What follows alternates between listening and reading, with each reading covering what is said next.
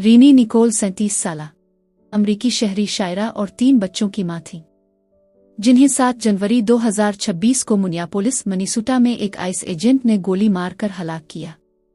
Video में उनकी car पर फायर किए जाने के मनाजिर भी सामने आए।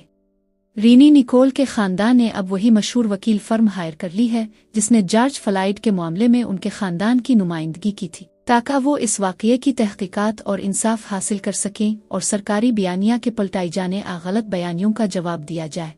पुलिस और मकामी शहरी हुक्काम ने वफाकी रिपोर्टों को चैलेंज किया है और बहुत से लोगों ने कहा कि गार्ड ने खुद को खतरे में नहीं डाला था, जैसा कि हुकूमती बयान में कहा गया। इसके बाद मिनियापोलिस और दीगर शहरों में बड़े एहतजाज हुए, जिनमें आइस की मौजूदगी और ताकत के इस्तेमाल पर तनकीद की गई। अमेरिका के शहर मिनियापोलिस में बुध के रोज इमिग्रेशन हुक्काम की कार्रवाई के दौरान यह वाकया पेश आया। वाकये के बाद शहरियों की बड़ी तादाद पुलिस कार्रवाई के खिलाफ सड़कों पर निकल आई।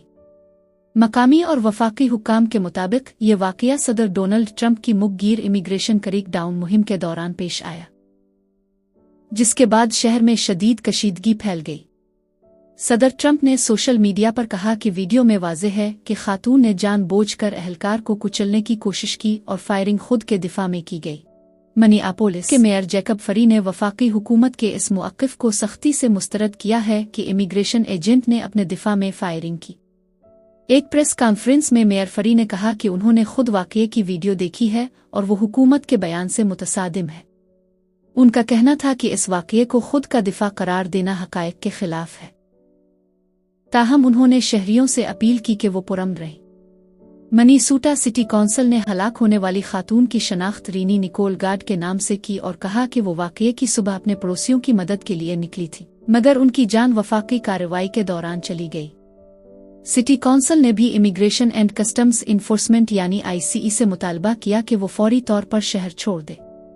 वाकये के बाद शाम के वक्त जाए वक़ुआ पर हज़ारों अफराद पर मुश्तमिल हुजूम जमा हो गया। टीवी मनाजिर में दिखाया गया कि लोग मोमबत्तियां जलाकर खातून को खराजन अकीदत पेश कर रहे थे।